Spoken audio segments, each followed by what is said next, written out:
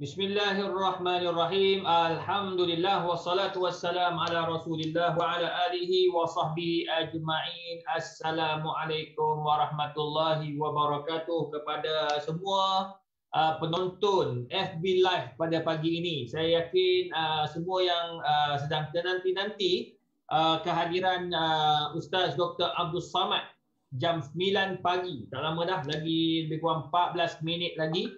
Jadi sementara kita nak tunggu Ustaz Abdul Samad masuk, insya-Allah kita akan bersama dengan rakan-rakan orang-orang hebat yang banyak membantu umat Islam di Malaysia dan juga di luar negara. Yang mana mereka ini tuan-tuan dan puan merupakan kumpulan yang alhamdulillah Allah bagi rezeki, Allah bagi sedikit ruang dan masa untuk membantu sekadar yang termampu, dan juga ia perlu daripada sokongan kita bersama. Tak lain dan tak bukan dari kita bersama dengan Datuk Rosli Atan, ya, yang merupakan orang yang banyak membantu ataupun orang kuat Yayasan Budi Ihsan. Assalamualaikum Datuk. Waalaikumsalam warahmatullahi. Alhamdulillah, cantik, kursi cantik kan? Ya, terima kasih Prof. Ya, terima kasih Datuk. Dan juga kita bersama dengan Tuan Haji Hafiz Hiu Abdullah. Apa khabar Tuan Haji? Alhamdulillah, bagus. Amin, amin atas doa haji dunia walaupun belum lagi. Alhamdulillah. Ini antara orang yang banyak sponsor program agama. Tu Ustaz Abdul Samad pun baru WhatsApp saya tu, dia hantar gambar love. Maknanya dia pun dah standby nampaknya. Apa-apa pun tuan-tuan dan puan, kita nak bersama dengan dua orang hebat ini yang banyak membantu umat Islam di Malaysia, yang pastinya dalam keadaan sekarang ini COVID-nya, dalam keadaan banjirnya. Dan terima kasih kepada Yayasan Budi Ihsan yang dikelola oleh Datuk Haji Rosli Atan. Datuk, kebetulan sementara kita nak tunggu Ustaz Abdul Samad, dan terima kasih kepada Datuk, terima kasih juga kepada Tuan Hafiz Liu kerana sponsor program bersama dengan Ustaz Abdul Samad. Sebab dah lama dah umat Islam di Malaysia ni merindui program-program agama. Kalau di masjid rasanya hampir setahun dah, ya, masjid dan surau tidak dapat diimarahkan dengan program-program agama. Jadi insya-Allah dengan adanya FB Live kita dapat membantu menghilangkan kedukaan, menghilangkan kekosongan umat Islam di Malaysia dan juga di Indonesia. Baik, Tuan Datuk Haji Rosli, boleh Datuk kongsikan sikit secara ringkas latar belakang penubuhan Yayasan Budi Ihsan Malaysia ini. Silakan Datuk. Baik, terima kasih Doktor. Assalamualaikum warahmatullahi wabarakatuh. Yayasan Budi Ihsan Malaysia telah ditubuhkan pada tahun 2018 dengan kelulusan daripada Kementerian Perdagangan Dalam Negeri, dan saya selaku pengasasnya bersyukur kerana sejak ditubuhkan Yayasan Budi Ihsan Malaysia telah dapat memainkan peranan dalam membantu kerajaan. Dan kita hanyalah sebuah NGO, pertubuhan awam yang ditubuhkan dengan objektif untuk membantu golongan fakir miskin dan orang-orang yang ditimpa musibah, khususnya termasuk juga golongan asnaf yang tercicir. Dalam konteks ini, Yayasan Budi Ihsan Malaysia bukanlah untuk mengambil alih tempat dan peranan pihak berkuasa, tetapi kita lebih kepada sebagai pelengkap, sebagai benteng terakhir untuk membantu orang-orang yang dalam kesusahan. Jadi kita tidaklah sebesar organisasi kerajaan, tetapi kita bersyukur kita sekurang-kurangnya dapat membantu pihak kerajaan. Jadi itu sedikitlah. Tapi yayasan ini memang dia tak mengira agama, latar belakang agama, bangsa dan keturunan. Kita bantu siapa saja, asalkan mereka tergolong di dalam golongan orang-orang yang fakir miskin dan ditimpa musibah. Jadi kalau macam tu, Yayasan Budi Ihsan terima ke kalau orang nak bagi zakat? Kita terima je. Terima Ya. Jadi kalau orang bayar zakat, kita bagi pada non-Muslim macam mana tu? Ya, kita boleh juga kita beri pada non-Muslim kerana mereka juga memerlukan, dengan harapan supaya apabila kita membantu mereka, mereka akan mengenal Islam dan lebih rapat dengan kita sebagai umat manusia. Jadi kita atas peri kemanusiaan, kita akan memberikan bantuan. Oh. Baik, kepada Ustaz Tuan Haji Hafiz Hiu Abdullah. Ustaz Hafiz, Tuan Haji Hafiz, apa pandangan Tuan tentang konsep amal jariah dan sedekah dari aspek perniagaan? Sebab saya tengok Tuan Haji Hafiz ni aktif dengan Yayasan Budi Ihsan, banyak juga menyumbang untuk membantu golongan yang memerlukan. Macam mana ni Tuan Haji? Terima kasih Datuk atas pujian dan doa-doanya. Untuk maklumat Datuk dan juga doktor, saya diberikan hidayah 11 tahun lepas. Jadi selepas mendapat hidayah, saya terasa terhutang budi dengan Allah atas taufik dan hidayah yang dikurniakan. Jadi atas dasar hutang budi itulah saya ingat membalas budi. Tapi apa dayanya saya baca Quran pun masih berangkap, solat pun sunat pun kurang. Jadi Allah bagi kelebihan sedikit itulah dari segi kewangan, dari segi perniagaan. Allah pemudahkan dari segi urusan ini, maka saya berasa ada satu bebanan yang besar untuk saya menjadikan satu wadah untuk menyalurkan rezeki yang saya ada, yang saya dapat. Beramai-ramai ini kita sama-sama menyalurkan kepada jalan menegakkan nama Allah.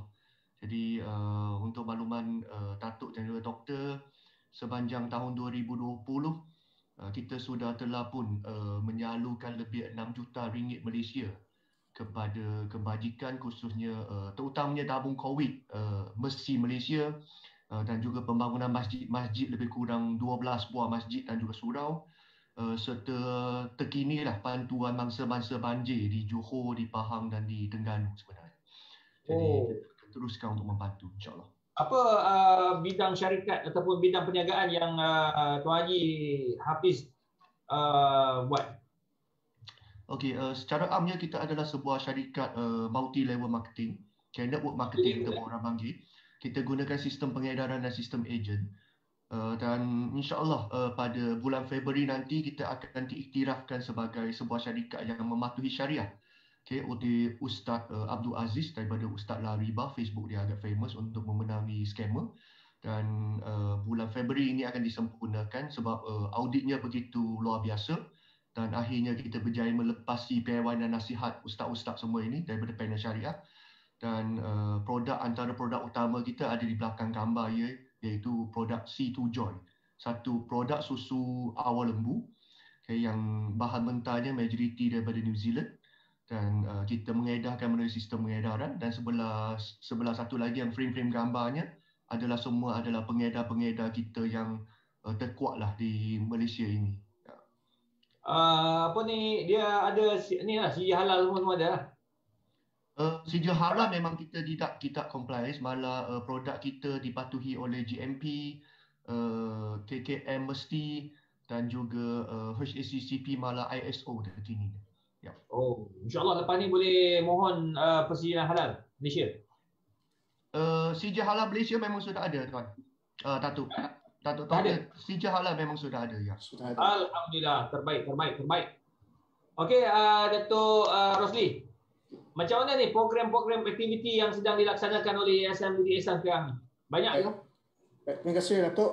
Untuk makluman semua, seperti biasa oleh kerana perintah PKP sekarang dan pandemik COVID-19, Yayasan Budi Ihsan Malaysia memang sibuk. Setiap hari kita menghantar bantuan harian kepada orang-orang yang terjejas, termasuk juga fakir miskin dan asnaf. Bantuan yang kami beri ada dua, iaitu bantuan makanan harian dan juga bantuan wang tunai.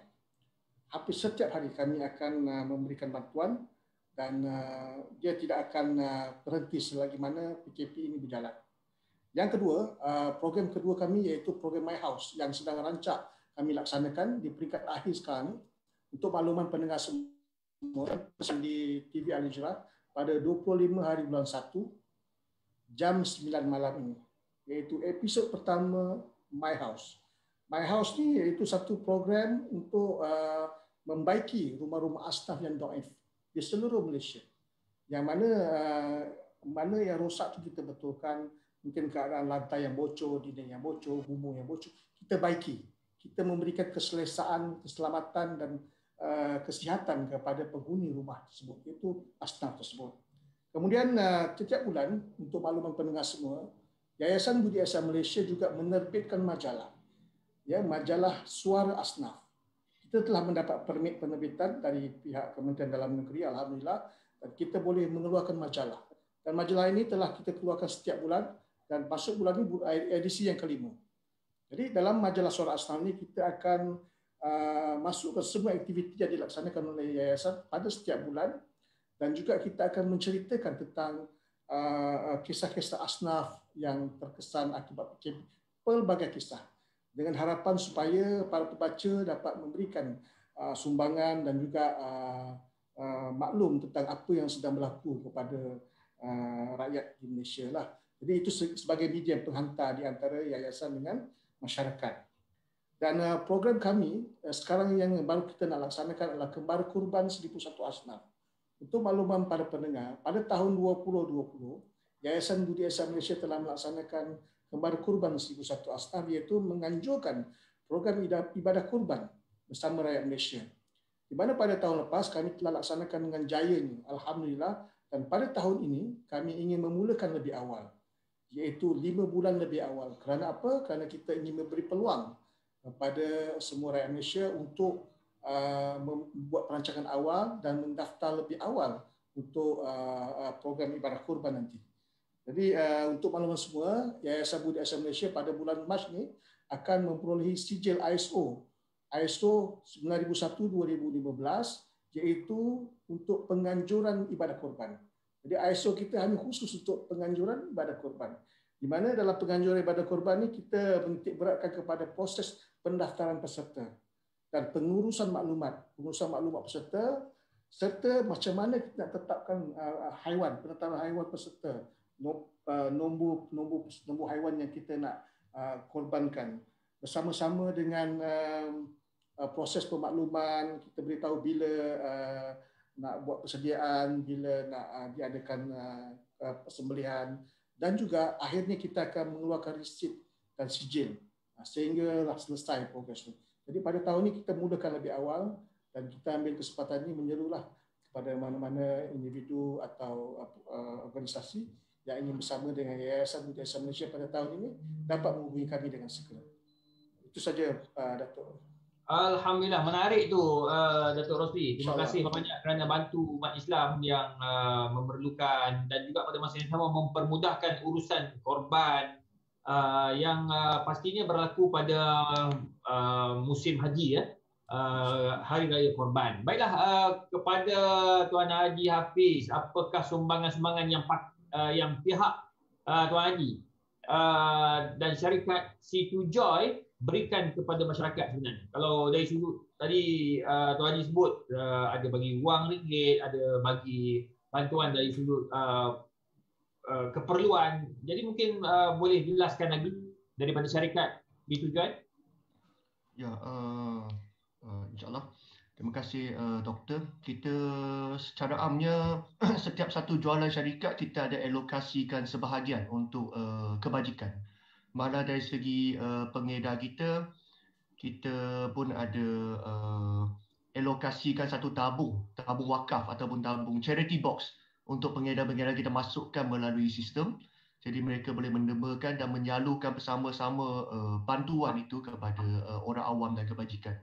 Jadi alhamdulillah setakat ni seperti apa yang saya ceritakan tadi, hampir 6 juta ringgit kita sudah disalurkan, dan tidak termasuk juga barang-barangan seperti kita ada salurkan sanitizer dan produk-produk pakaian, dan untuk makluman doktor pun kita adalah salah satu penajuk utama kepada projek My House yang diceritakan oleh Datuk tadi. Jadi untuk kesemua 13 episod, insyaAllah kita ada menanggung kos pembagian dan menyiaran di TV Al-Hijah nanti. Jadi ini antara usaha-usaha kita untuk cuba untuk menyebarkan syiar Islam dan membuktikan kepada masyarakat di luar sana, sebagai seorang Muslim kita pun boleh kaya, dan kekayaan kita sepatutnya boleh diagihkan kepada lebih ramai orang. Sesungguhnya dalam bahagian kita ada bahagian orang lain juga, insyaAllah. Alhamdulillah, menarik. InsyaAllah teruskan Tuan Haji Hafiz. Semoga Allah murahkan rezeki jika ada rezeki yang lebih, kita boleh berzakat, berwakaf dan sebagainya. Sebagai soalan terakhir kepada Datuk Rosli sebagai orang kuat Yayasan Budi Ihsan ni, apakah harapan Datuk tentang rancangan masa hadapan yayasan sebenarnya? Terima kasih Datuk. Harapan kami adalah supaya lebih ramai lagi individu ataupun syarikat yang tampil untuk membantu dan bersama-sama dengan Yayasan Budi Ihsan Malaysia. Dan kesempatan ini saya mengucapkan ribuan terima kasih dan sedikit penghargaan kepada pihak Tuan Hafiz Yu selaku pengarah urusan dan pengasas Situ Joy Malaysia yang telah memberikan sokongan kepada kami. Tanpa mereka mungkin Yayasan Budi Ihsan Malaysia tidak selaju ini. Ya, terima kasih Tuan Hafiz. Dan juga kepada mana-mana individu ataupun kumpulan yang ingin bersama yayasan, sila hubungi saya. Itulah harapan kami supaya mendapat sokongan daripada masyarakat Malaysia. Terima kasih. Oh, Alhamdulillah. Menarik.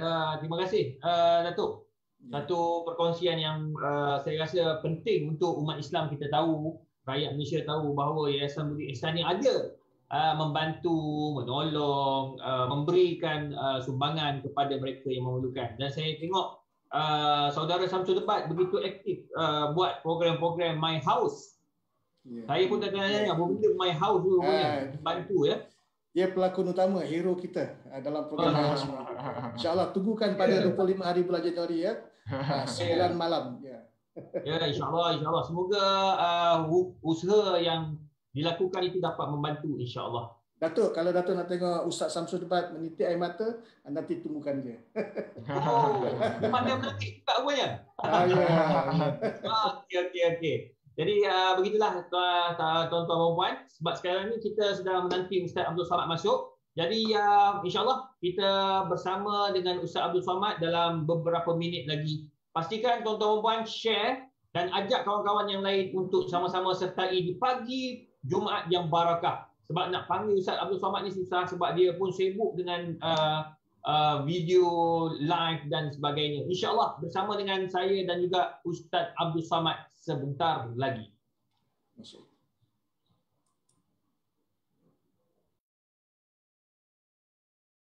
Akbar, Allahu Akbar, Allahu Akbar, La ilaha illallah, Allahu Akbar, Allahu Akbar, walillahil hamd, Allahu Akbar kabira, walhamdulillahi kathira, wa subhanallahi bukratan wa asila.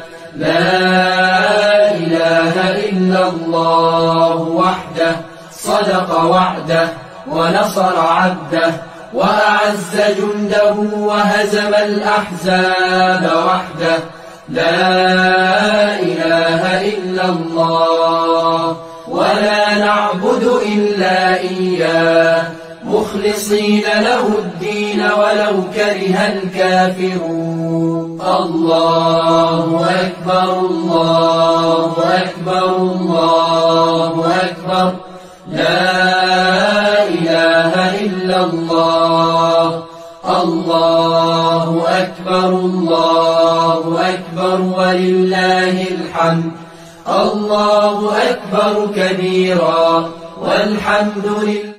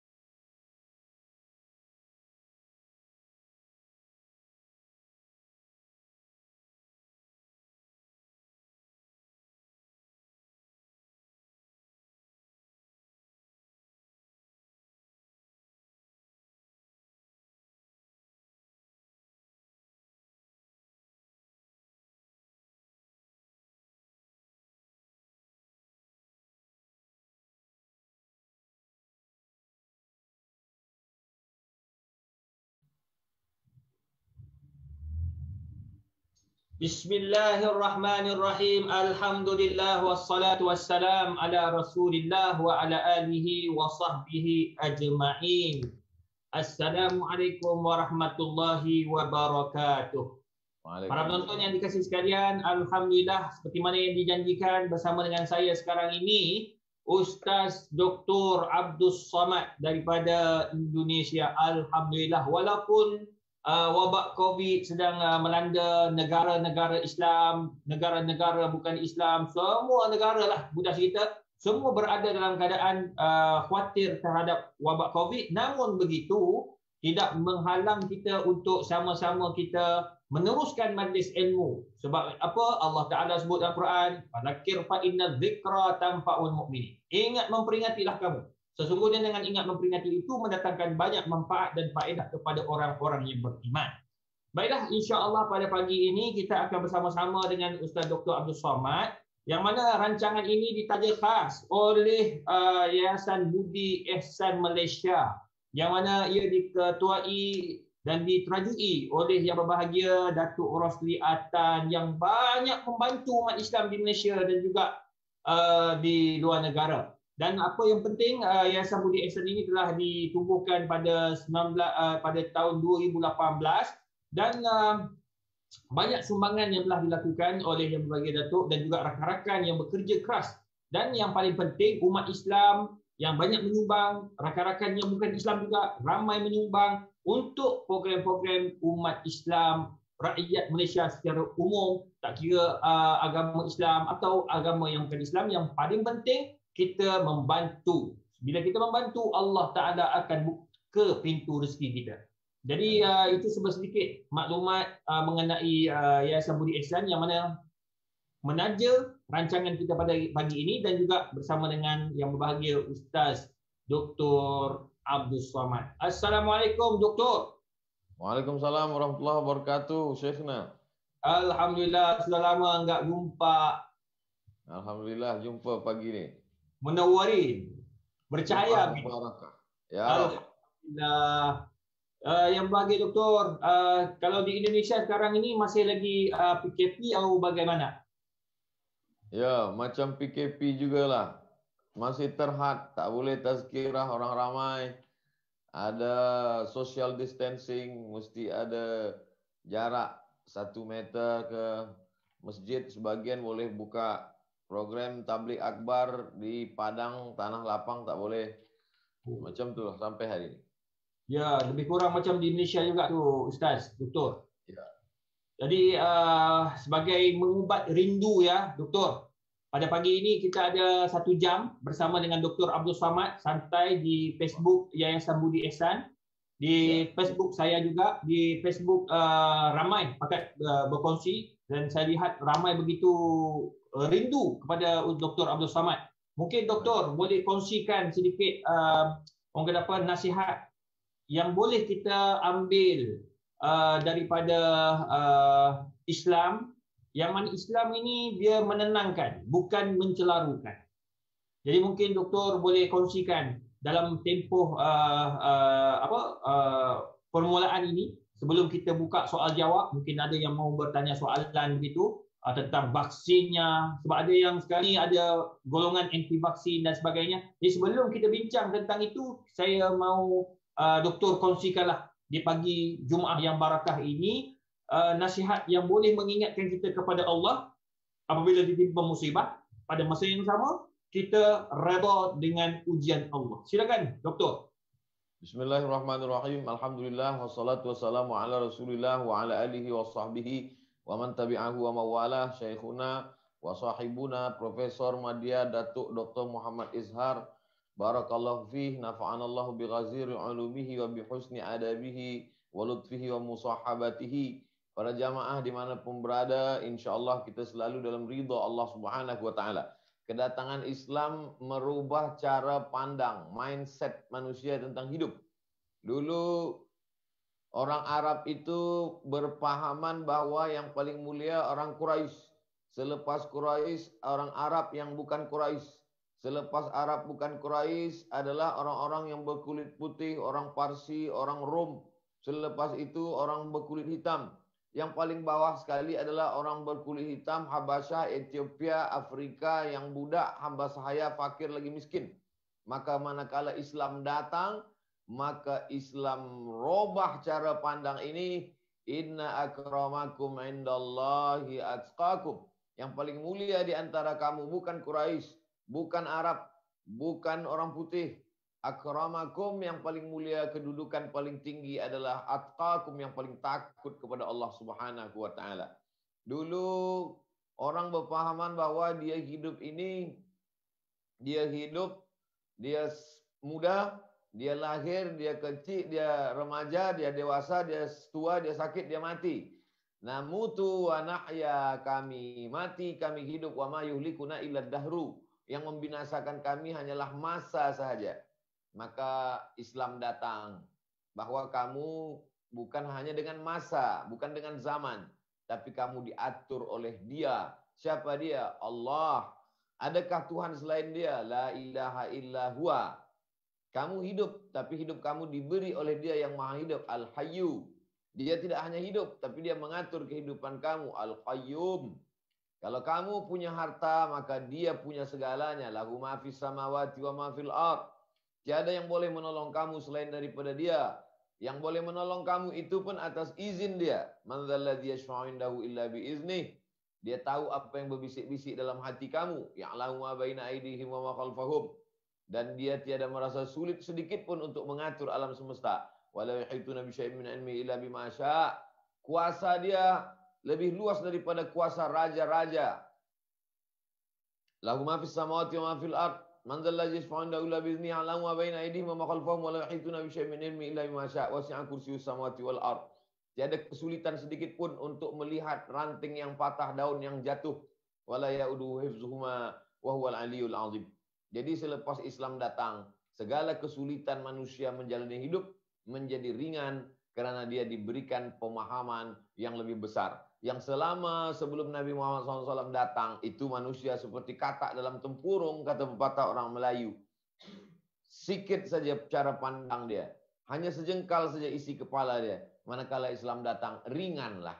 Ringanlah menghadapi segala cubaan. Dulu orang menganggap penyakit itu adalah laknat, terkutuk. Manakala Islam datang, dia bagi cara pandang melihat penyakit. Ma yusibul mu'min min nasabin wala wasabin wala saqamin wala syaukin yastakuha. Susah hati, risau pikiran, sakit badan, duri yang mencucuk tapak kaki. Sesungguhnya begitulah cara Allah ingin menghapuskan dosa-dosa kita. Jadi robah pandang cara melihat hidup ini adalah wijhatun nazar, sudut pandang. Ada satu masjid, tapi selama ini orang menengok masjid ini dari depan. Maka yang dia tengok hanya dinding saja. Tapi ada orang melihat masjid ini dari belakang. Ternyata di belakang masjid ini ada tanah lapang, ada bunga-bunga, ada cantik.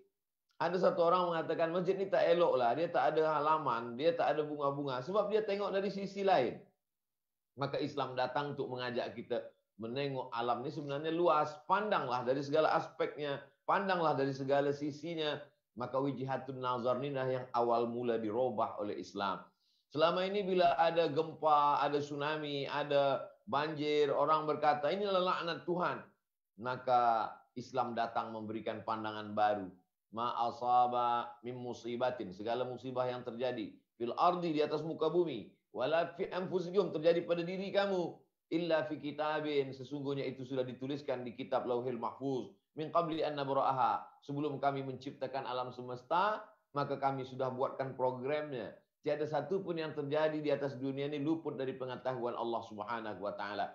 Maka menghadapi musibah tiada lain yang kita lakukan kecuali ridha. Man lam yasbir bi balai, siapa yang tidak sabar menerima bala ujianku, walam yarda bi qada'i, yang tidak ridha menerima takdirku, falyatlub rabban siwaya, carilah Tuhan selain aku. Maka ada amal yang lebih tinggi daripada haji mabrur. Amal yang lebih besar daripada jihad fisabilillah. Amal itu tidak mengeluarkan duit, tidak luka, tidak berdarah, tidak berpeluh, tidak keluar tenaga. Amal itu adalah sabar, ridha menerima takdir, ketetapan dari Allah Subhanahu wa taala. Jadi kalau kita pelajari Islam ini, kita amalkan, kita pahami dengan baik, sesungguhnya Islam meringankan kita menjalani hidup. baik hidup senang maupun hidup susah. Manakala kita senang, kita tak angkuh, tak sombong, sebab itu kita tidak merasa itu milik kita, punya kita, itu pun juga ujian dari Allah. Manakala kita susah pun kita tak stres, tak depresi, tak sakit, tak gila, sebab kesusahan itu pun juga adalah bagian ujian dari Allah. Dengan berislam, orang menjadi ringan menjalani hidup. Dengan berislam, orang tidak akan merasa sempit dalam hidup. Dengan berislam, orang akan merasa bahwa hidup ini adalah juga ujian. Hidup itu sendiri pun ujian dari Allah Subhanahu wa taala. Begitu, Dokter. Alhamdulillah, satu perkongsian yang sangat baik pagi-pagi ini, tuan-tuan dan puan. Doktor, bila doktor sebut bahawa Islam itu mendatangkan ketenangan, mendatangkan ciri-ciri sifat orang yang redha kepada ujian Allah. Dan saya ingat pada awal Mac 2020 kita pernah orang kata apa, bersiaran langsung juga di dalam Facebook, ya, bulan Ramadan kan macam itu, bersama dengan doktor, dan kita melihat bahawa ingatkan COVID ini dalam 3 bulan saja. Rupa-rupanya sudah sampai 1 tahun. Rupa-rupanya juga bila kita bermuhasabah, di sebalik ujian itu ada hikmah dan falsafahnya sendiri. Mengajar kita bersyukur dengan nikmat sebelum, mengajar kita sabar dengan apa yang berlaku, dan mengajar kita untuk sentiasa bermuhasabah diri. Itu yang paling penting. Jadi doktor, dengan masa yang ada ini, saya ingin bertanya beberapa soalan agar kita sama-sama dapat manfaat bersama, insya-Allah. Sebab bila dengan Dr. Abdul Samad ini, orang suka tanya soalan, soal jawab. Dia sama macam Ustaz Azhar Idrus juga. Ya, orang lebih biasa bila bertanya hukum, sebab Ustaz menjawab dengan santai tetapi sampai gitu. Jadi doktor, apabila bercakap tentang wabak COVID-19 di Malaysia, ya, ada 2 kumpulan, tetapi kumpulan ini dapat dikawal oleh Kementerian Kesihatan dan juga mufti-mufti di Malaysia. Yang mana satu kumpulan bersama dengan kerajaan, yang mana mereka ini akan sokong dan sentiasa memberikan dokongan kepada kerajaan yang sedang berusaha mendatangkan vaksin bagi membantu mengurangkan penyebaran wabak COVID-19. Ada satu kumpulan yang kecil, tidak ramai, mereka mengatakan bahawa tak perlu kepada vaksin. Biar sakit, biar kita mati daripada vaksin masuk dalam badan gitu. Jadi bagaimana doktor kita mahu menyelesaikan masalah ini? Sebab mufti-mufti semuanya menggalakkan mengambil vaksin, bahkan ada yang mewajibkan selagi mana ia dinasihatkan oleh Kementerian Kesihatan. Jadi bagaimana doktor untuk kita bagi penjelasan kepada rakan-rakan kita di Malaysia, Singapura, dan juga mungkin yang sedang menonton juga ada daripada Indonesia. Silakan doktor. Baik, fa in tanaza'tum fi syai'in, kalau kamu bersilang pendapat dalam satu masalah, farudduhu ilallah, baliklah kepada Allah. Makna balik kepada Allah, tengok Quran. Wa ilar rasul, balikkan kepada Rasul. Makna balik kepada Rasul, maknanya balikkan kepada Nabi Muhammad SAW. Apa tuntunan dalam Quran? Maka dalam Quran kita diajarkan in ja'akum fasiqun binaba'in fatabayyanu. Maka mesti ada tabayyun, clear. Kita mesti tahu ini apa masalah, inti daripada masalahnya ini apa. Oh, kenapa orang tak nak terima vaksin ini? Vaksin ini tak boleh terima sebab dia babi. Misalkanlah demikian. Maka kita mesti cari tahu. Adakah yang bukan babi, khinzir? Oh, memang tak ada. Sepakatlah semua ulama bahawa khinzir itu haram. Tapi memakan khinzir tidak selamanya haram. Saya ulang sekali lagi. Bahawa khinzir itu haram, ya. Tapi makan khinzir ada kalanya boleh.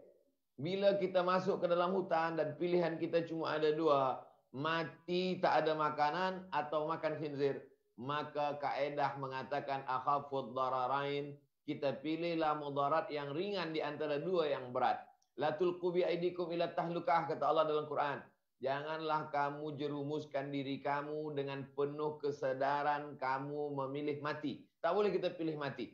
Maka ada namanya ad-darurat tubihul mahzurat. Yang darurat membolehkan yang terlarang, yang haram. Tapi ada kadarnya. Wad-daruratu tuqaddaru biqadriha. Yang darurat dibolehkan itu pun ada kadar yang sudah ditetapkan oleh syariat Islam. Jadi satu-satunya yang boleh menjadi penangkal menolak virus ini adalah vaksin. Maka vaksin menjadi obat. Maka dalam tuntunan Nabi sekarang tak ada. Kalau Nabi ada kita boleh tanya Nabi. Nabi tak ada, maka kita tengok sunnah-sunnah Rasulullah SAW. Likulli da'in dawa. Segala penyakit itu ada obatnya. Tadau, maka berobatlah kamu. Maka dulu bila ada sahabat Nabi sakit, kata Nabi pergilah kepada Haris bin Kaldah. Sebab Haris bin Kaldah ini dia daripada perubatan jandi sabur. Dia tahu ubat-ubat. Ada pula Nabi katakan makan sesuatu yang boleh menyembuhkan. Tak ada Nabi katakan berserah sajalah kepada Allah, bertawakal saja. Tidak. Ada kala Nabi suruh pergi kepada doktor. Ada manakala Nabi suruh pula untuk makan. Alaikum bisyifa'aini, hendaklah kamu berobat dengan dua obat. Al-asal wal Quran, banyak baca Quran dan asal, minum madu. Kemudian habbatus sauda syifa'un min kulli da'. Habba sauda obat dari segala penyakit kecuali tua, kecuali mati. Ini menunjukkan bahawa ada obat. Selepas itu pula ada sahabat yang datang, dia katakan aku sudah bacakan Al-Fatihah berulang kali.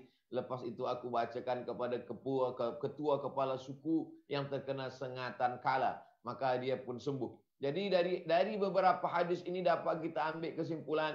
Nabi menyuruh berobat kepada doktor, medikal. Yang kedua berobat dengan cara makan makanan tertentu, madu, habba sauda. Yang ketiga adalah berobat dengan cara ruqyah, yaitu doa. Intinya bahwa di sana ada ikhtiar dan usaha. Adapun orang yang berserah diri saja, maka ini bukan ahlu sunnah wal jamaah. Ini adalah ahlul bid'ah wa dalalah yang disebut dengan kelompok Jabariyah. Lawan daripada Jabariyah adalah Qadariyah. Qadariyah berubah menjadi Mu'tazilah. Yang satu pula berserah kepada takdir saja, tiada usaha, tiada ikhtiar. Yang satu pula mengatakan takdir itu pun sebenarnya tak ada, yang ada hanya ikhtiar semata. Maka yang menjadi penengah antara dua kelompok ini adalah ahlu sunnah wal jamaah. Imam Abul Hasan al-Ash'ari ada ikhtiar. Maka vaksin bagian daripada ikhtiar. Selepas kita taat kepada Allah, ati'ullah wa ati'ur rasul wa ulil amri. Siapakah ulil amri kita itu? Salah satu tafsir menyebut ulil amri itu adalah ulama kita. Siapakah ulama kita di Malaysia? Adalah mufti kita. Asal muasalnya seorang ulil amri, pemimpin, dia mengurus negara, dia juga yang mengurus agama. Nabi SAW, selepas Nabi Abu Bakar, selepas Abu Bakar Umar, selepas Umar Utsman, selepas Utsman Ali, selepas Sayyidina Ali Sayyidina Hasan, setelah itu Muawiyah. Tapi selepas itu tidak lagi ada orang yang punya kemampuan dua-dua. Ada dia ahli politik, pakar politik, tapi dia lemah agama. Ada dia hebat dalam bidang agama, tapi dia tiada kepakaran dalam politik. Maka dibagilah dua. Ada sultan-sultan Melayu yang mengurus negara, tapi kemudian ada mufti. Diambil dari kata afta yufti, mufti, orang yang memberikan fatwa halal dan haram. Jadi kalau sudah mufti persekutuan, mufti kerajaan, mufti Terengganu, mufti Perak, mufti Perlis, mufti-mufti negeri mengatakan bahawa ini boleh, mubah, maka kita ikut saja. Siapa lagi yang kita ikut kalau bukan para ulama? Saya, Abdul Somad, tidak pernah berfatwa. Jadi setiap ada sahabat jamaah bertanya, saya katakan, kata Imam Abul Hasan al-Ash'ari, kata Imam Muhammad bin Idris al-Syafi'i, kata Imam Nu'man bin Sabit Hanafi, kata Imam Malik bin Anas, kata Imam Yahya ibn Ma'in, kata Imam Ibnu Abi Layla, kata Imam Sufyan as-Sawri. Jadi lebih selamat kita mengikut pendapat para ulama. Maka dalam hal ini pun masyarakat Malaysia lebih selamatlah mengikut mufti-mufti karena mereka bertanggung jawab di hadapan Allah Subhanahu wa taala. Demikian Profesor. Alhamdulillah, satu penjelasan yang baik dan sangat jelas bahawa kita sepatutnya balik kepada fatwa-fatwa yang dikeluarkan oleh mufti-mufti. Dan ada yang kata saya tak berapa setuju dengan fatwa, pergilah peganglah dengan apa yang disampaikan oleh Kementerian Kesihatan. Kalau Kementerian Kesihatan pun kita tak percaya, kalau mufti-mufti pun kita tak percaya, siapa lagi yang kita nak percaya? Jadi itu masalahnya kita, sebab kadang-kadang kita ni terlalu banyak sangat doktor melihat kepada Facebook, kepada pandangan-pandangan luar. Sedangkan Nabi SAW dia suruh kita melihat kepada pemimpin kita, ulama-ulama di setempat itu. Al-ahkam tataghayyar bitaghayyur azman wal amkin. Hukum itu akan berubah mengikut tempat dan keadaan. Fatwa di Arab Saudi tak sesuai di Malaysia. Fatwa di Amerika Syarikat tak sama dekat Malaysia. Fatwa dekat UK tidak sama dengan Malaysia. Jadi maknanya fatwa mesti melihat kepada keadaan setempat. Tidak boleh kita nak balik nak merujuk fatwa-fatwa selain daripada negeri atau negara yang telah kita diami. Terima kasih doktor. Bahkan saya nak tambah sikit apa yang doktor sebut berkaitan tentang meminum sesuatu yang haram itu. Bahkan di zaman Nabi juga pernah berlaku satu kumpulan Arab yang dinamakan Urain yang datang makan masuk Islam kemudian sakit perut, Nabi suruh minum susu unta dicampur dengan air kencing unta. Jadi ini juga merupakan salah satu daripada usaha yang dilakukan untuk mengobati penyakit-penyakit ketika itu. Jadi insya-Allah semoga semua yang mendengar dapat memahaminya dengan baik berhubung tentang isu vaksin insya-Allah. Bukan saja ulama di Malaysia, ulama daripada Indonesia juga bersetuju dengan pandangan yang dikeluarkan oleh Kementerian Kesihatan dan juga mufti-mufti di Malaysia. Baik doktor, kebetulan bila kita bercakap tentang musibah, doktor pastinya boleh bagi juga semangat kepada rakan-rakan kita seperti Yayasan Budi Ihsan ni doktor. Yayasan Budi Ihsan Malaysia ini banyak memberi bantuan. Selain daripada beri bantuan, mereka memerlukan juga bantuan daripada rakyat Malaysia, menyumbang. Jadi banyak usaha mereka untuk bantu mereka yang ditimpa musibah. Yang ditimpa musibah kerana COVID doktor. Yang baru-baru ni doktor, di Pahang, di Johor, di Terengganu, di Kelantan telah berlaku banjir.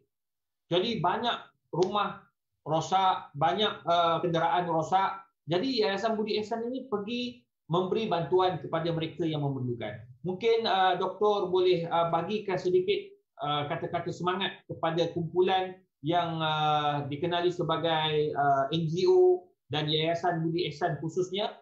Begitu juga kepada mereka yang menyumbang ni doktor. Kita nak menyumbang, nak pergi tak mampu, kita hantar duit. Bagaimana ni doktor?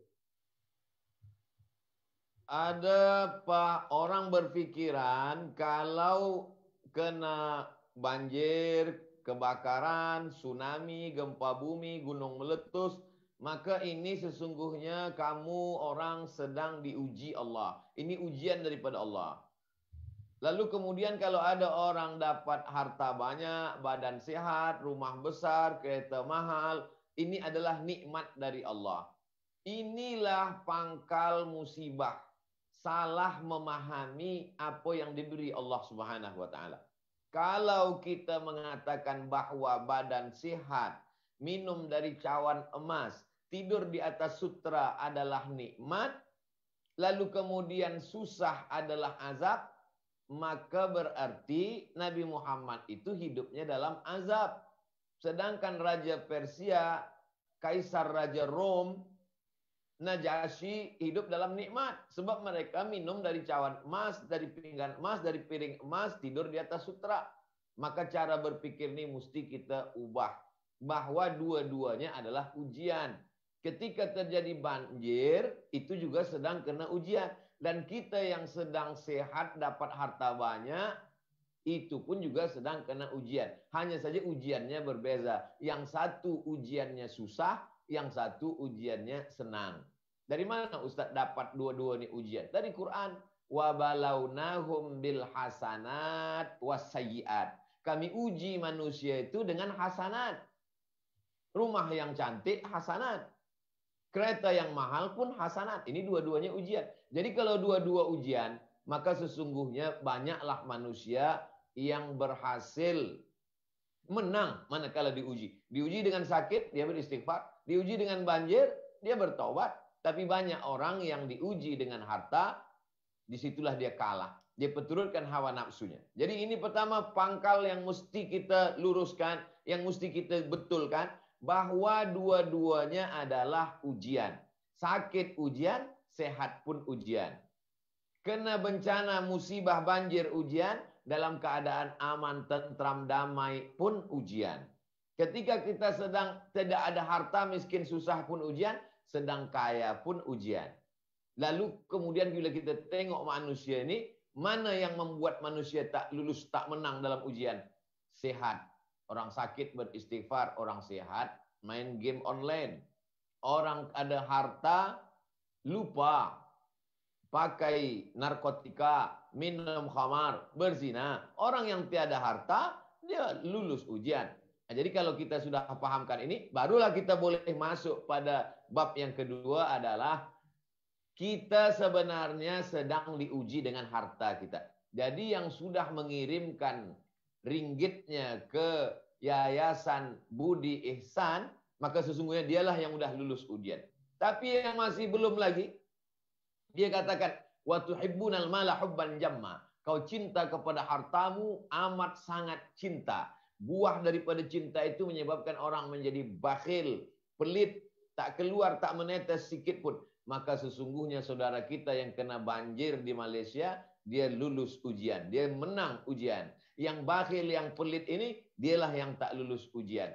Jadi kita pandang dengan pandangan Islam. Bukan pandangan kita, bukan pandangan hawa nafsu, bukan menurut rasa-rasa. Islam ini bukan perasaan.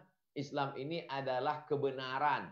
Rasa kita belum tentu benar. Orang yang biasa sholat dengan berwudu, manakala kita suruh dia tayamum dengan debu, dia kata aku rasa-rasa tak sembahyang.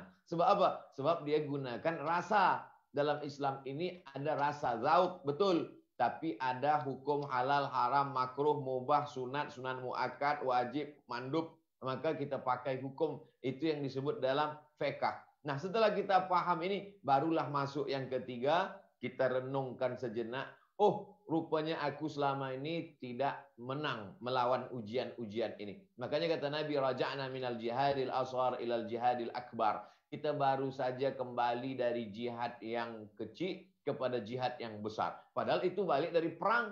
Adakah jihad yang lebih besar lagi daripada perang berdarah-darah ini, kena tombak, kena panah ya Rasulullah? Ada, kata Rasulullah. Jihad apa itu? Jihad melawan hawa nafsu. Jihad melawan syuh. Wa man yuqa syuhha nafsihi fa ulaika humul muflihun. Siapa yang selamat daripada penyakit syuh, bakhil yang berlebihan, itulah orang-orang yang menang. Jadi siapa yang menang sesungguhnya? Yang sudah mengirimkan uangnya untuk menolong saudara-saudara melalui Yayasan Budi Ihsan Malaysia. Siapa yang masih kalah dengan hawa nafsunya? Yang masih lagi menumpuk-numpuk harta, jama'a malau wa'ad dadah. Ada sifat manusia ini, dua saja sifat dia. Jama'a ad-dada. Kumpul kira hitung, kumpul kira hitung. Di bank ini udah sekian juta ringgit, di sini ada rumah 3, di sini ada kereta, di sini. Jama'a malau wa'ad dadah. Sampai akhirnya dia pun mati menghadap Allah Subhanahu wa taala, insyaallah bersama dengan Qarun. Orang-orang yang kaya raya bakhil bersama dengan Qarun. Yang sudah melepaskan hartanya, dia akan bersama dengan Sayyidina wa Maulana Muhammad sallallahu alaihi wasallam. Orang-orang yang mati itu, manakala dia dihidupkan Allah Ta'ala kembali dan ditanya, hai orang-orang mati, kalau aku bagi engkau tambahan usia hidup lagi, kau nak buat apa? Kata orang mati itu menjawab, laula akhartani ila ajarin qarib. Kalaulah kau tambah umur kami sekejap, sedetik, seminit, sedetik saja ya Allah, fa'as-saddaqa, kami ini ingin bersedekah. Maka sedekah adalah amalan yang mereka inginkan walaupun mereka sudah sampai ke liang lahat. Kenapa mereka tak berkata kami ingin pergi haji ke Makkah? Kenapa mereka tak berkata kami ingin jihad fisabilillah? Sebab haji pahalanya nanti dia dapat selepas hari kiamat. Wal hajjul mabrur laisa lahu jazaa illal jannah. Haji mabrur balasannya surga nanti selepas hari kiamat. Adapun sedekah di dalam liang kuburnya menetes, pandangannya di liang lahat sejauh mata memandang, menetes cahaya sedekahnya pagi, petang, siang, dan malam. Maka itulah sebabnya orang yang mati itu bila manakala dia tanya kau nak hidup, dia kata aku ingin hidup sekejap saja. Hidup sekejap untuk apa? Fa'asaddaqa, aku ingin bersedekah. Maka yang sudah bersedekah melalui Yayasan Budi Ihsan Malaysia, alhamdulillah. Yang belum lagi, insya Allah. Yang sudah dibagi tahu juga tak nak bersedekah, innalillahi wa inna ilaihi raji'un. Begitu, Profesor. Alhamdulillah, terima kasih Doktor. Doktor, ada yang bertanya dalam Facebook. Dia kata, apa perbezaan menderma secara terus, sendiri hantar, atau lebih baik kita bagi kepada agensi, bagi kepada pihak yang berwajib seperti Yayasan Budi Ihsan, seperti pusat zakat, lembaga zakat dan sebagainya. Adakah lebih baik kita bagi kepada agensi atau beri terus sendiri? Yang mana lebih baik? Satu kepala, dia hanya tengok satu saja. Abdul Somad yang fakir lagi dhaif, yang lemah, tiada daya, tiada upaya, hanya nampak orang miskin satu saja. Tapi kalau sebuah lembaga, agensi, yayasan, dia ada tim. Dia akan menengok dengan 100 mata. 1000 mata menengok. Dia ada tim survei, akan melihat ke kampung-kampung, menengok orang susah. Data dia lengkap. Ini fakir, ini miskin tapi agak mampu sikit. Jadi satu lidi. Satu orang Melayu sebut lidi jugalah. Sapu lidi. Ya. Lidi. Satu lidi tak boleh buat apa-apa. Tapi kalau lidi berkumpul banyak menjadi sapu lidi, maka banyak yang boleh sampah besar-besar boleh dia halau, dia tangkap, dia buang. Begitulah bezanya antara orang beramal sendiri, berpikir sendiri dengan berjamaah. Makanya Nabi katakan, alaikum bil jamaah. Hendaklah kamu berjamaah. Yadullah ma'al jamaah. Jadi sesungguhnya memang sama-sama baik. Tapi kita hidup ini bukan cuma baik. Kita ingin nak the best, yang paling baik. Maka yang belum menggabungkan diri, belum bersama, masih lagi sendiri-sendiri, bersamalah berjamaah dengan Yayasan Budi Ihsan Malaysia. Kenapa? Karena mereka ini lebih ramai. Wa minal isnaini ab'adu. Kalau lebih ramai, lebih selamat daripada syaitan. Wa minal isnaini, kalau kamu berdua, ab'adu, jauh daripada syaitan. Cuba kita tengok dalam persaksian hutang piutang. Wastashhidu syahidaini min rijalikum. Hendaklah hutang piutang itu dicatatkan, ditulis oleh 2 lelaki. Illam yakuna rajulaini, kalau tiada 2 lelaki, farajulun, 1 lelaki, wa mar'atani, 2 orang perempuan. Kenapa 2 orang perempuan? Antadilla ihdahuma fatudzakkira ihdahumal ukhra. Kalau ada yang terlupa, tersilap, tersalah, dia akan diingatkan oleh yang lain. Kita sendiri, kita bagi sendiri, kita tengok sendiri, duitnya pun tak banyak. Tapi bila kita beramai-ramai, duitnya lebih banyak, lebih selamat, lebih tahu. Mungkin kita tengok dia susah. Rupanya tempat lain dia minum, dia makan, tempat dia hidup selesa. Rupanya dia tipu, kita tak tahu. Tapi kalau dengan berjamaah ni, semua mata digunakan, dipakai untuk melihat, untuk menghitung kira, maka insya Allah dengan berjamaah kita selamat. Itulah maka kita ini disebut dengan ahlus sunnah wal jamaah, berjamaah, berkomuniti, bersama-sama. Wa ta'awanu 'alal birri wat taqwa wa la ta'awanu 'alal ismi wal 'udwan. Di dunia berjamaah, di akhirat pun nanti kita akan berjamaah. Wasiqal ladzina taqau ilal jannati zumara. Alladzina taqau rabbahum ilal jannati zumara. Orang-orang yang takut kepada Allah itu nanti akan masuk ke dalam surga zumara, bukan sendiri. Zumara maknanya berjamaah. Saat masuk Islam pun berjamaah. Wa ra'aitan nasa yadkhuluna fi dinillahi afwaja, berjamaah. Masuk ke dalam surga pun berjamaah. Mudah-mudahan kita bersama dengan jamaah Yayasan Budi Ihsan Malaysia, bersama-sama dalam kebaikan, bersama-sama dalam amal soleh insyaAllah. Begitu Profesor. Alhamdulillah, mumtaz jiddan. Fahimna. Walhamdulillah, syukur. Tadi mungkin bila Dr. Abdul Somad dia jelaskan tentang betapa pentingnya kita bersama dengan jemaah, kita bagi kepercayaan kepada mereka yang diberikan amanah, insya-Allah kita tidak akan disia-siakan. Jadi mungkin ada yang tanya macam mana nak menyumbang, macam mana kita nak salurkan bantuan kepada mereka yang memerlukan.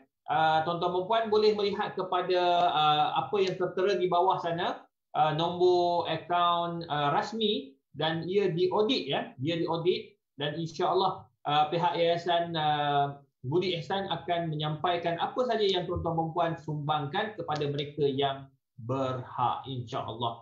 Dr. Abdul Somad, ada soalan daripada rakan-rakan kita. Dia tanya, apa yang ada kumpulan doktor yang menganggap bahawa virus COVID ini dari muslihat Dajjal. Mohon pencerahan doktor. Ada yang kata ini yang COVID ini semua ni muslihat Dajjal. Nak tutup masjid lah, tak nak bagi orang berjemaah lah, tak nak bagi orang pergi Mekah lah, tak nak bagi orang buat haji dan umrah lah. Macam mana ni doktor? Pandangan mereka ini. Betul ke ataupun kita kena perbetulkan mereka ini?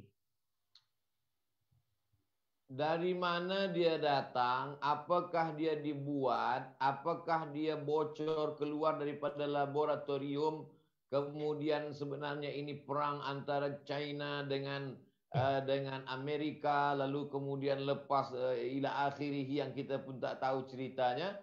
Maka dalam Islam ni kita diajarkan untuk tidak ikut qala wa qila. Katanya qala fulan wa qala fulan qala fulan. Tak. Kita disuruh untuk melihat kenyataan. Apa yang terjadi sekarang. Jadi bagaimana muara datang dia dari mana, apa sebab, kita tak perlu tahu.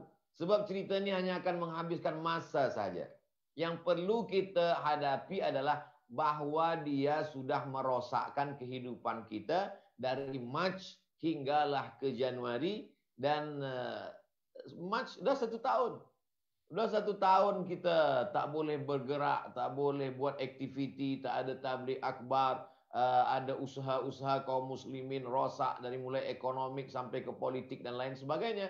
Nah, jadi yang kita tengok adalah efek dia. Apa yang ditimbulkan oleh ini. Maka itulah yang perlu kita kaji. Bila kita habiskan energi kita, tenaga kita, fikiran kita, hati kita hanya ingin mencari tahu ini daripada Dajjal, daripada Lucifer, daripada Yahudi, daripada Israel ingin merosakkan dunia dan segala macam, maka sesungguhnya lebih bermanfaat lagi kalau kita kaji apa yang boleh kita isi. Bagaimana kita boleh ubati yang sakit, bagaimana kita boleh tolong, bagaimana kita boleh research para dokter muslim mencari ubat. Selepas itu apa yang boleh kita buat? Kita tak boleh mengaji di masjid, kita buat kaji online. Kita tak boleh berjumpa, kita boleh berjumpa bersama melalui aplikasi Zoom, melalui Facebook, YouTube dan lain sebagainya. Al-ilaj, obat, bagaimana kita mengobati keadaan ini, mengobati masyarakat kita, mengobati hati kita, itu lebih penting daripada kita habiskan selepas kita kelompok yang mengkaji, yang suka mengkaji ini virus datang dari mana pun sebenarnya mereka tidak satu pendapat juga. Nanti sesama kumpulan yang mengatakan ini datang daripada Dajjal. Ini mereka pun ikhtilaf lagi, Dajjal mazhab mana? Dajjal dari Israel ke, Dajjal Amerika ke, Dajjal Cina, Wuhan ke, Dajjal mana pula? Mereka pun habis pula bercanggah dengan itu. Sebenarnya mereka yang sedang mengkaji setan pun dikacau setan juga. Jadi lebih baiklah kita manfaatkan tenaga kita, energi kita, ilmu kita, akal kita, hati kita untuk membahaskan, mencari solusi, mencari jalan keluar. Maka Allahu liyu'adzibahum wa anta fihim. Allah tidak akan mengazab kamu selama ada Muhammad sallallahu alaihi wasallam bersama kamu. Wa ma kana Allahu mu'adzibahum wa hum yastaghfirun. Maka kita lebih banyak beristighfar. Ja'alallahu lahu min kulli hammin faraja wa min kulli dhiqin makhraja wa razaqahu min haitsu la yahtasib. Maka ini kita cari solusi, kita activity, bergerak daripada menghabiskan demi untuk bual-bual kedai kopi yang tak berkesudahan, tak selesai. Innal mubazzirina kanu ikhwanas syayatin. Mubazir bukan hanya ringgit, duit. Mubazir habiskan cakap, air liur, habis untuk bercakap yang tak tentu arah, ini pun termasuk juga saudara-saudara setan. Demikian Profesor. Alhamdulillah, menarik tu. Sebab ramai sangat yang bercakap tapi faktanya nggak ada gitu. Semua kata daripada Dajjal. Saya pun pening juga dari Dajjal mana, rujukannya di mana. Kalau kita di universiti, setiap kenyataan itu perlu ada rujukan, masdar. Ini semua daripada Dajjal, kita pun tanya Dajjalnya macam yang doktor sebut. Daripada Dajjal mana, Yahudi kah, Amerika kah, China kah? Walau bagaimanapun, alhamdulillah satu penjelasan yang baik yang perlu kita ambil perhatian, sebab kita orang Islam ni duk bergaduh benda-benda yang tidak benda yang tidak berfaedah. Cuma doktor, mungkin doktor boleh kongsikan juga, sebab Yayasan Budi Ihsan ni dia banyak buat program-program juga di luar negara. Sebagai contoh, melakukan ibadat korban di luar negara, doktor. Jadi bagaimana doktor melihat pandangan ataupun usaha yang dibuat oleh pihak Yayasan Budi Ihsan ini, selain daripada buat korban di Malaysia, mereka juga buat di luar negara, membantu negara-negara yang memerlukan. Mungkin akan sampai di Indonesia, mungkin ada di Afrika, mungkin di negara Arab, di Sudan mungkin. Jadi bagaimana pandangan doktor terhadap isu mengedarkan ibadah korban ini ke luar negara? Hadhihi ummatukum ummatan wahidah wa ana rabbukum fa'budun. Umat ini satu, kiblat dia satu, Ka'bah. Fawalli wajhaka syatral masjidil haram wa ana rabbukum fa'budun. Tuhan dia pun satu, Allah. Maka umat ini satu. Tak tengok ke dia di Malaysia, dia di Brunei Darussalam, dia di Sudan, dia di Singapura, dia di Patani, Thailand. Sebenarnya ini adalah umat yang satu. Dan adanya Malaysia, Indonesia, ini kan belum 100 tahun lagi. Adanya Indonesia, Malaysia ini belum 100 tahun lagi. Beratus-ratus tahun kita tidak dengan sempadan ini.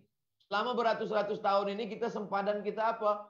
Melaka, Johor, Terengganu, Perak, Perlis, Siak Sri Indrapura, Kerajaan Melayu Delhi, Kerajaan Pontianak Al-Habib Abdurrahman Al-Gadri. Jadi sempadan kita adalah sempadan kerajaan-kerajaan Melayu. Kerajaan Tumasik yang berubah menjadi Singapura, Kerajaan Patani yang sekarang masuk kepada Thailand, belum 100 tahun lagi. Jadi mesti ini kita betulkan pemahaman kita, ini adalah umat yang satu, sama-sama bersyahadat asyhadu alla ilallah, asyhadu anna muhammadar rasulullah. Tapi menurut fiqh kan tak boleh daging kurban ni kita bawa lebih dari jarak qasar solat. Betul? Jarak qasar solat 82 km atau 88, sekian, 89 km. Terlepas dari banyak-banyak mazhab, nak 82 ke 88 ke 89. Maka sesungguhnya itu di Malaysia, dari Kuala Lumpur 89 km keliling ni semua dah dapat dah. Sebab ini kita tengok secara amnya semua dah dapat. Maka kemudian dibawalah dia keluar. Maka ada kurban orang Malaysia yang dibawa ke Riau. Ada kurban orang Malaysia yang dibawa ke negeri-negeri, mungkin sampai ke Bangladesh, sampai ke Rohingya. Maka ini benar secara fiqh. Sebab apa? Sebab kita ini adalah umat yang satu dan orang Malaysia pun sudah dapat. Dan orang Malaysia pun banyak yang tak nak makan daging sebab dia tak nak kolesterol dan lain sebagainya. Maka ini adalah amal-amal yang baik. Jangan ragu sedikit pun. Program kita tak lama lagi inilah Jumadil Akhir, Rajab, Syaban, Ramadan, Zulqa'dah. Lepas itu Zulhijjah. Kita yang selama ni ragu-ragu, dari sekarang dia transfer, maka insya Allah buat lagi program ni lebih banyak. At'imit ta'am, kenyangkan perut orang. Absus salam, tebarkan keselamatan. At'imit ta'am, kenyangkan perut orang yang lapar.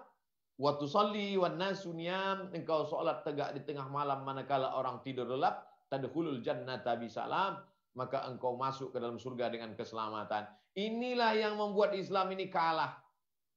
Misionaris yang datang dari negara lain datang membawa makanan, membawa pakaian, menyebarkan agama dia. Selepas itu ustaz pula datang membawakan api neraka. Orang lapar dicerita neraka, mana dia paham? Maka orang yang lapar kita kasih makan, orang yang tak berpakaian kita kasih pakaian, orang yang jahil kita kasih ilmu. Selepas itu barulah cerita surga dan neraka. Jadi program-program yang sudah dibuat Yayasan Budi Ihsan Malaysia di luar negara ini mesti kita support, mesti kita ikut bekerja sama, maka insya Allah kita pun mendapatkan pahalanya. Man jahaza ghazian faqad ghaza. Siapa yang menyiapkan alat-alat perang, maka dia dapat pahala perang. Utsman tak ikut perang Badar sebab istri dia sakit, tapi dia ikut kirimkan uang, maka dia mendapatkan pahalanya. Orang Malaysia sibuk dengan pekerjaannya, tak boleh keluar negara. Tapi orang Yayasan Budi Ihsan, ada yang pergi keluar menguruskan daging kurban ini, maka kita mendapatkan pahala mengenyangkan perut orang dan diselamatkan dari pendusta-pendusta agama. Ara'aital ladzi yukadzibu biddin? Tahukah kamu siapa itu pendusta agama? Pendusta agama bukan orang minum khamar, bukan yang berzina. Pendusta agama adalah fadzalikal ladzi yad'ul yatim. Mereka yang tak peduli kepada anak yatim. Wala yahuddu 'ala ta'amil miskin. Mereka berfikir yang penting aku dah sembahyang, aku dah puasa sunat Senin Khamis, aku dah pergi ke Makkah, maka cukuplah sudah. Kau masih pendusta agama. Sebab apa? Sebab tak peduli pada orang lain. Laisa bil mu'min. Engkau tak diakui sebagai orang beriman. Siapa itu? Allazi yabitu syab'anan. Dia tidur lelap karena perutnya kenyang. Wajaruhu ila jambihi ja'i'un. Sementara ada saudaranya yang masih lapar. Alhamdulillah, kita yang tak boleh pergi keluar negara kerana COVID ini, maka yayasan boleh menolong kita, maka kita mesti ikut bersama-sama dalam kebaikan ini. Demikian, Profesor. Alhamdulillah, Doktor, atas penjelasan yang menarik berkaitan tentang hukum menyebarkan makanan, ya, korban dan sebagainya.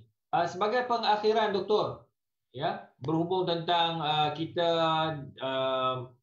untuk menjadi seorang mukmin, muslim, mukminah yang baik.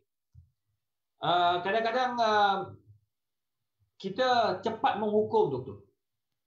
Di zaman sekarang ini kita perlu berdakwah, kita perlu mengajak orang kepada kebaikan. Bila ada sesuatu dalam laman sosial, dalam Facebook, dalam Instagram, Doktor, kita melihat selalu melihat kepada keaiban orang, tetapi kita tidak melihat kepada bagaimana untuk menarik orang itu menerima Islam. Saya tengok Doktor juga berjaya menarik ramai orang yang dulunya ghair muhajjabah, tidak pakai tudung, artis yang dulunya seksi, yang lelakinya seksa. Bila dengar ceramah Dr. Abdul Somad, mereka ini berubah daripada dulunya seksi kepada bertudung. Yang lelakinya dulunya seksa, sekarang sudah lagi enggak seksa.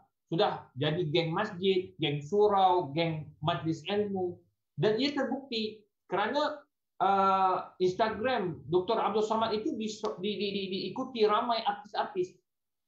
Hatta yang masih belum bermuhajabah juga, belum bertudung, mengikuti. Jadi bagaimana betul nak menasihati rakan-rakan di luar sana agar kita tidak cepat menghukum dan sentiasa mengajak orang ke arah kebaikan. Silakan, Doktor. Walau kunta fazzan ghalizal qalbi, kalau hatimu keras, cakapmu kasar, lam faddu min haulik, mereka akan lari dari engkau. Jadi dakwah itu asal usul kata dakwah dalam bahasa Arab, da'a yad'u da'watan ad-da'watu ila ta'am, mengajak orang makan kenduri. Kita kalau nak ajak jemput orang makan kenduri, takkan kita cakap kasar. Tentu kita datang ke rumah dia, Assalamualaikum, Waalaikumsalam. Bolehkah datang ke rumah kami, kita nak makan malam ni kenduri? Asal muasal daripada kata dakwah adalah undangan, jemputan, makan kenduri. Maka mengajak orang makan pun kita kelembut. Sila makan, sila duduk, makan minum. Maka dulu bila ada dakwah, pasti ada makan. Kalau tak ada makan, maka tak dakwah namanya. Kalau ada dakwah tak makan, itu namanya dakwah online.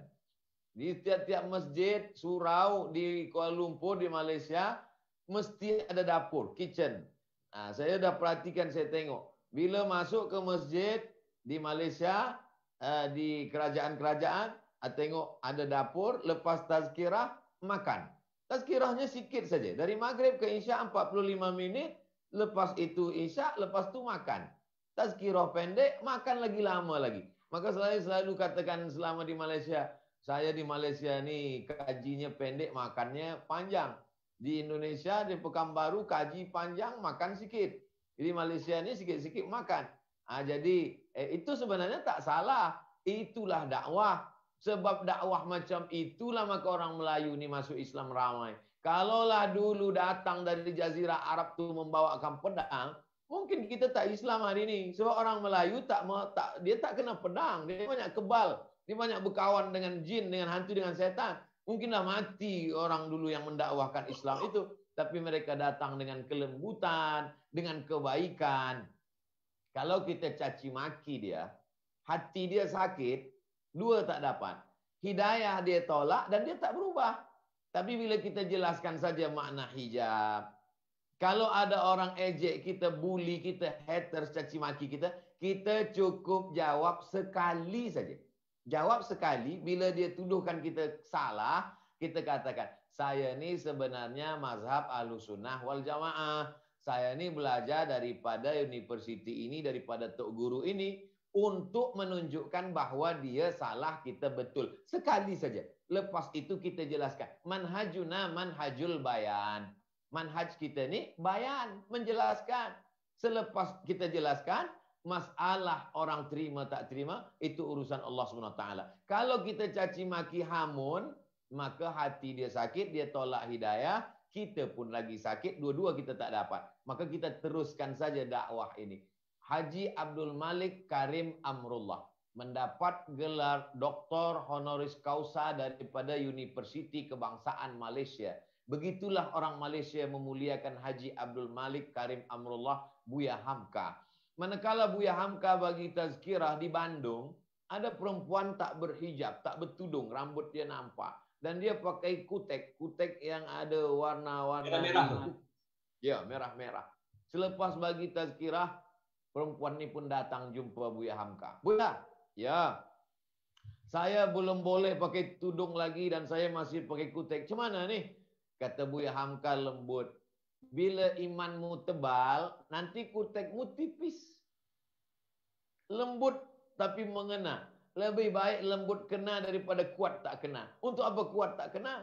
Kalau imanmu tebal, nanti kutek engkau tipis. Dia berfikir. Berarti nanti kalau kutek ni tebal, maknanya iman masih tipis. Di samping itu ada doa. Jamaah ni kita doakan tiap-tiap malam. Yang belum dapat hidayah. Yang mencaci maki, sumpah hamun, serapah. Supaya dilembutkan Allah hatinya. La yardul qadha illa doa. Mungkin dia tak dapat hidayah dari tazkirah kita. Sebab dia tak dengar tazkirah. Tapi manakala dapat hidayah. Berapa banyak yang masuk Islam baru hanya karena memandang wajah Rasulullah SAW. Saya pun tak lepas dari cakap kasar. Saya pun kadang-kadang cakap saya keras juga. Tapi selalu saya katakan, tontonlah semuanya. Ada kalanya video itu di-cut, dipotong, diambil kerasnya saja. Padahal yang lembut-lembut, yang baik-baik banyak. Saya kira demikian, Profesor. Wallahu a'lam. Alhamdulillah, terima kasih Dr. Syekh Abdul Somad yang telah bersama dengan kita sepanjang 1 jam. Alhamdulillah. Dan 1 jam itu saya rasa macam tak puas sebab banyak mutiara kata ilmunya daripada Syekh Dr. Abdul Somad. Kerana kita ini, tuan-tuan dan puan, para penonton, kena sentiasa mendampingi al-ulama. Sebab bila kita tersilap, mereka akan menegur kita. Jadi Alhamdulillah, sebagai pengakhiran Ustaz, dalam 1 minit, apakah nasihat untuk kita semua atau amalan yang kita boleh amalkan agar kita semua, umat Islam di Malaysia, Indonesia, Singapura, Brunei juga yang sedang menonton ini, mendapat pahala dengan amalan tersebut. Silakan Dr. Dengan berislam, kita berfikir lapang. Kita tidak berfikir Indonesia, Malaysia, Singapura, Brunei, tapi kita berfikir lapang seisi dunia. Dengan berislam, kita berumur panjang. Kita tak berfikir selepas mati amal kita putus. Sedekah-sedekah kita akan wakaf-wakaf kita terus mengalir. Dengan berislam, kita tak berfikir sempit. Cakap orang kasar menyinggung hati kita, kita simpan dalam jantung kita, lahir dembam kesumat. Islam tak begitu. Dengan maaf kita menjadi lapang. Dengan berislam orang menjadi lapang. Jadi kalau setelah berislam kita rasa lapang, Islam kita betul. Tapi dengan berislam kita rasa sempit, kita hanya masuk dalam khilafiyah, caci maki, maka kita perlu membetulkan lagi keislaman kita. Alhamdulillah, duduk bersama Profesor Madya, Datuk Dr. Muhammad Ishar, duduk bersama tok-tok guru, itu melapangkan hati kita. Kalau duduk majelis ilmu lapang, teruskanlah. Teruskanlah dalam amal soleh, karena dengan lapangnya hati dan pikiran, maka lapanglah kubur kita, lapanglah jalan kita menuju surga bersama Nabi Muhammad SAW. Demikian Profesor. SAW. Terima kasih banyak-banyak kepada yang bahagia Dr. Sheikh Abdul Samad daripada Riau Indonesia, dan juga kepada Yayasan Budi Ihsan Malaysia yang diketuai oleh Datuk Rosli, ya, yang juga dibantu oleh rakan-rakan di yayasan, dan penyumbang-penyumbang antaranya yang tadi Tuan Haji Hafiz Liu Abdullah yang banyak membantu. Begitu juga kepada rakan-rakan yang katanya juga turut menyumbang dalam Yayasan Budi Ihsan Malaysia, yang hari ini saya lihat banyak memberikan sumbangan dan bantuan, sama ada dalam bentuk wang ringgit, dari sudut makanannya, dan ada juga rancangan di TV Al-Hijrah, ya, My House, yang mana kita pihak yayasan sentiasa membantu untuk baiki rumah orang susah dan sebagainya. Semoga Allah Ta'ala merahmati mereka yang berusaha ini ke arah kebaikan, dan juga usaha mereka mengajak umat Islam dan juga rakyat Malaysia dan juga umat Islam di luar negara untuk menonton rancangan-rancangan agama secara live di Facebook, Instagram bersama dengan Dr. Abdul Samad dari Riau. Alhamdulillah. Semoga Allah Ta'ala merahmati kita semua. Terima kasih kepada semua yang menonton, dan harap kita dapat share program-program ini ataupun yang telah direkodkan, agar yang kawan-kawan kita yang sedang bekerja dapat menonton di waktu rehat, insya-Allah. Terima kasih banyak-banyak kepada Dr. Abdul Samad dan juga kepada semua yang terlibat dalam Yayasan Budi Ihsan. Assalamualaikum warahmatullahi wabarakatuh. Waalaikumsalam warahmatullahi wabarakatuh.